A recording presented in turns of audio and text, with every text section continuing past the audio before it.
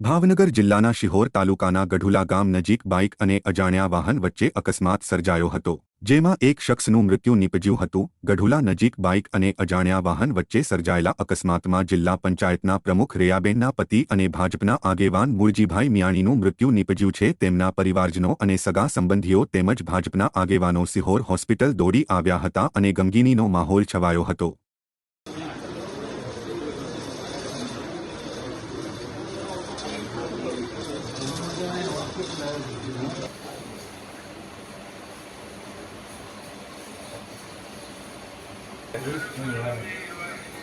કોઈને ફોન કરેલો છે?